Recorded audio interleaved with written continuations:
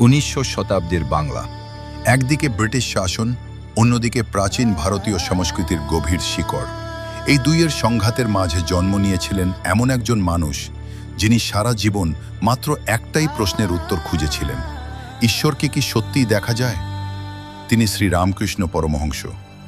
আজকের ভিডিওতে আমরা জানব কিভাবে একটি সাধারণ গ্রামের ছেলে হয়ে উঠেছিলেন যুগের মহাপুরুষ, আর কেন তার জীবনের শেষটা ছিল এতটা কষ্টের। 18 ফেব্রুয়ারি 1836 সাল, হুগলি জেলার ছোট্ট গ্রাম কামারপুকুর। এক দরিদ্র ব্রাহ্মণ পরিবারে জন্ম নিল একটি শিশু। নাম রাখা হলো গদাধর চট্টোপাধ্যায়। বাবা ক্ষুদিরাম ছিলেন অত্যন্ত সৎ মানুষ, এতটাই সৎ যে একবার আদালতে মিথ্যা সাক্ষী দিতে অস্বীকার করে নিজের পৈতৃক জমি পর্যন্ত হারিয়েছিলেন। মা চন্দ্রমণি দেবী ছিলেন সহজ ও ভক্তিমতী নারী। গ্রামের মানুষ বিশ্বাস করতেন গদাধর কোনো সাধারণ শিশু নয়, কারণ তার জন্মের আগে বাবা স্বপ্নে দেখেছিলেন ভগবান বিষ্ণু তার ঘরে জন্ম নেবেন। আর মা চন্দ্রমণি অনুভব করেছিলেন মন্দিরের কাছে দাঁড়িয়ে থাকতে থাকতে এক আলোকজ্যোতি তার ভেতরে প্রবেশ করেছে। ছেলেবেলা থেকেই গদাধর ছিলেন একটু আলাদা।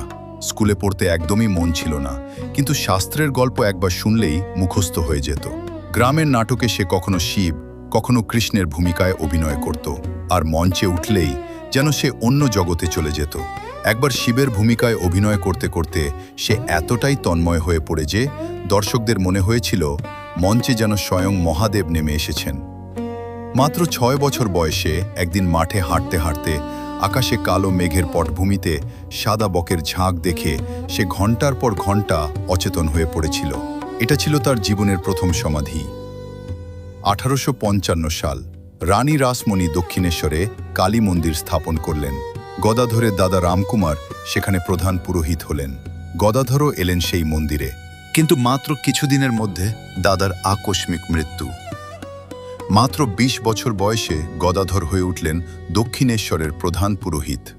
আর সেদিন থেকেই শুরু হলো তার এক অদ্ভুত যাত্রা।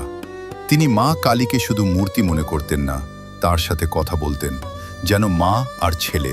কখনো কাঁদতেন, কখনো অভিমান করতেন, কখনো আবার হাসতেন।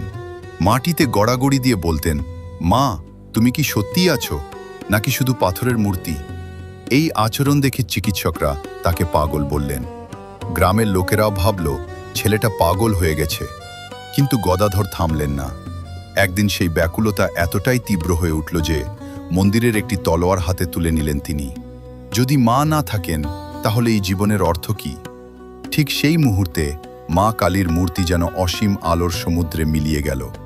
পরে তিনি এই অভিজ্ঞতার কথা বলেছিলেন এইভাবে: গঙ্গা, মন্দির, আকাশ সব অদৃশ্য হয়ে গেল, শুধু অসীম চৈতন্যের এক সমুদ্র।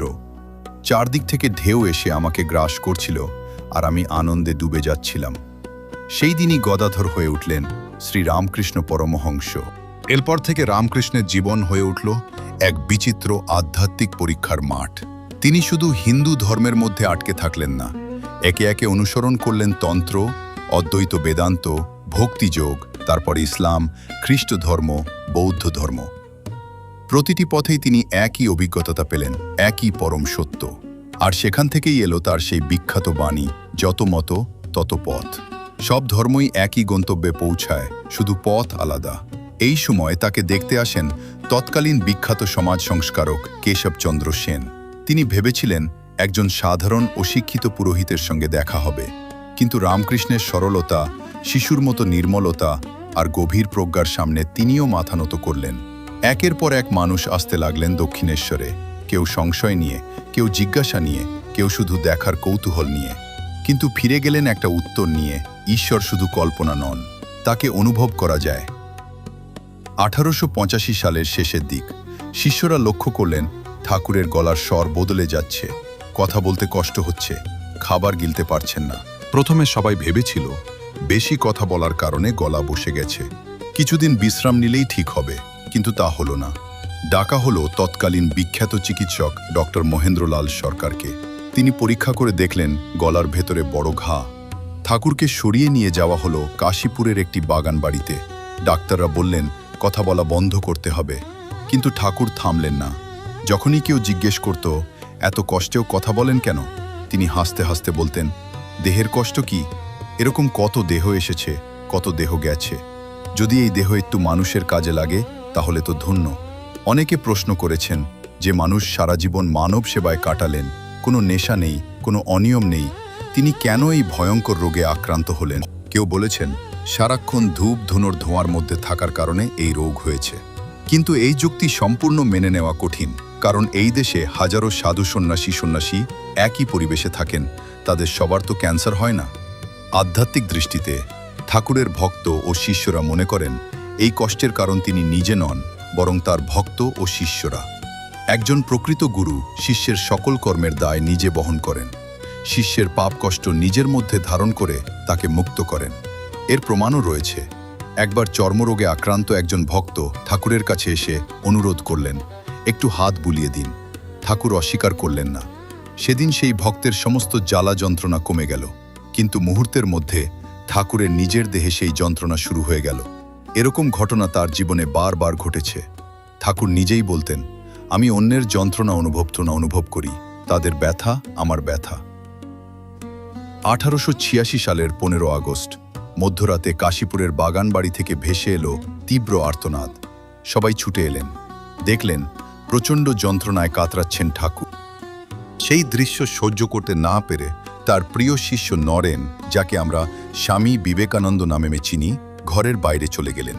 বেদের পবিত্রতম মন্ত্র উচ্চারণ করতে করতে মাত্র 50 বছর বয়সে শ্রী রামকৃষ্ণ পরমহংস মহাসমাধিতে প্রবেশ করলেন। তার মুখে সেই মুহূর্তেও ছিল শান্তির দীপ্তি। শ্রী রামকৃষ্ণ চলে গেছেন, কিন্তু তার বার্তা রয়ে গেছে। শ্রী রামকৃষ্ণের কিছু অমূল্য বাণী, যত মমত তত পথ।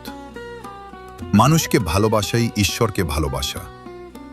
অহংকার থাকলে জ্ঞান আসে না। শুদ্ধ মনেই ভগবানের দর্শন পাওয়া যায়। সত্য বলো, সরল হও, ভগবানের উপর ভরসা রাখো। ভক্তি ছাড়া ঈশ্বর লাভ কঠিন। যে সত্যকে ভালোবাসে সে একদিন ঈশ্বরকে পায়। শ্রী রামকৃষ্ণের বাণী আজও মানুষের হৃদয়ে শান্তি ও আলোর পথ দেখায়। তাঁর শিষ্য স্বামী বিবেকানন্দ সেই বার্তা ছড়িয়ে দিয়েছিলেন সারা বিশ্বে।